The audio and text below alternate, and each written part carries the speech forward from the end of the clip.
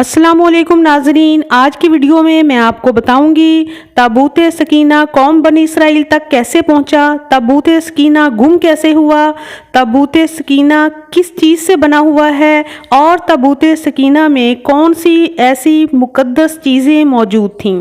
تابوت سکینہ کی مکمل تفصیل جاننے کے لیے ویڈیو کے اینڈ تک ضرور دیکھیے گا، اس کو سکپ مت کیجیے گا۔ تابوت سکینہ ایک صندوق کا نام ہے۔ یہ ایک جنتی تابوت تھا جو شمشاد کی لکڑی سے بنا ہوا تھا، جو سب سے پہلے حضرت آدم علیہ السلام کو عطا فرمایا گیا۔ اس تابوت کو تابوت سکینہ اس لیے کہا جاتا ہے کہ اللہ تعالیٰ اس کے ذریعے مسلمانوں کے دلوں کو سکون اور تسلی عطا فرماتا تھا۔ اس صندوق میں انبیاء کرام علیہ السلام کی چند مقدس چیزیں موجود تھیں، جن میں حضرت موسیٰ علیہ السلام کا عصا مبارک، ان کی جوتیاں، حضرت ہارون علیہ السلام کا عمامہ، حضرت سلیمان علیہ السلام کی انگوٹھی، تورات کی تختیوں کے چند ٹکڑے، حضرت یوسف علیہ السلام کا کرتا مبارک، کچھ من و سلوہ اور انبیاء علیہ السلام کی صورتوں کے حلیے وغیرہ موجود تھے۔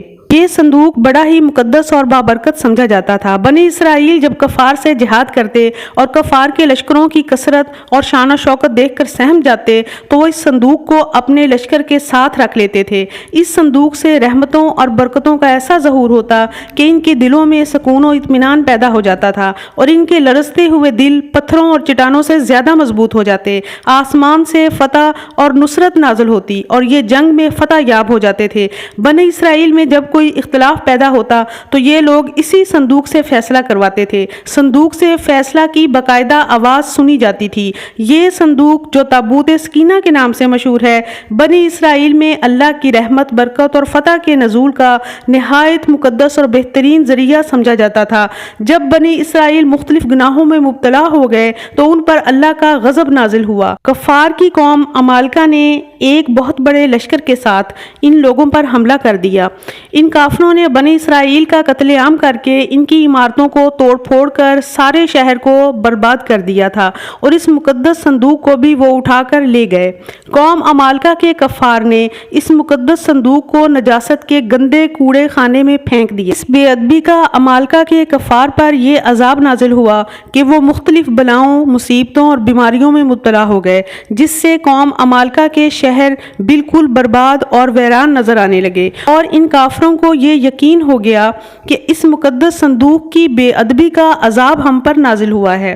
چنانچہ انہوں نے اس صندوق کو ایک بیل گاڑی میں رکھ کر ان بیلوں کو بنی اسرائیل کی بستیوں کی طرف ہانک دیا۔ حضرت شموئیل علیہ السلام جب نبوت سے سرفراز کیے گئے تو ان کے زمانے میں کوئی بادشاہ نہیں تھا۔ بنی اسرائیل کی قوم نے آپ علیہ السلام سے یہ درخواست کی کہ آپ علیہ السلام کسی کو ہمارا بادشاہ بنا دیں۔ آپ علیہ السلام نے اللہ تعالیٰ کے حکم سے طالوت کو بادشاہ بنا دیا، جو بنی اسرائیل میں سب سے زیادہ طاقتور اور سب سے بڑے عالم تھے، لیکن بہت ہی غریب اور مفلس تھے۔ بکریاں چرا کر زندگی بسر کرتے تھے۔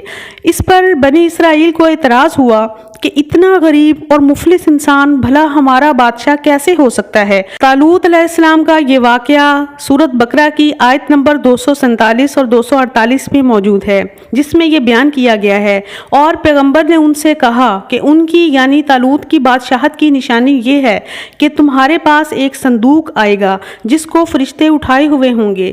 اس میں تمہارے پروردگار کی طرف سے تسلی بخشنے والی چیز ہوگی جو موسیٰ اور ہارون چھوڑ گئے تھے۔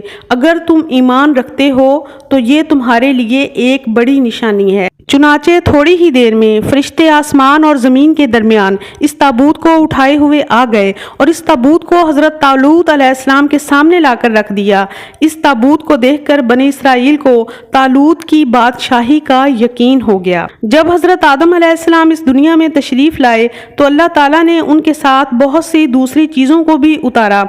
ان چیزوں میں ایک تابوت سکینہ بھی تھا۔ حضرت آدم علیہ السلام کے زمانے میں یہ تابوت انہی کے پاس رہا اور انہی کے استعمال میں رہا۔ جب حضرت آدم علیہ السلام کا آخری وقت قریب آیا تو حضرت آدم نے یہ تابوت اپنے بیٹے حضرت شیث علیہ السلام کے حوالے کر دیا، کیونکہ حضرت آدم علیہ السلام کے بعد ان کے بیٹے حضرت شیث علیہ السلام کو نبوت عطا کی گئی تھی۔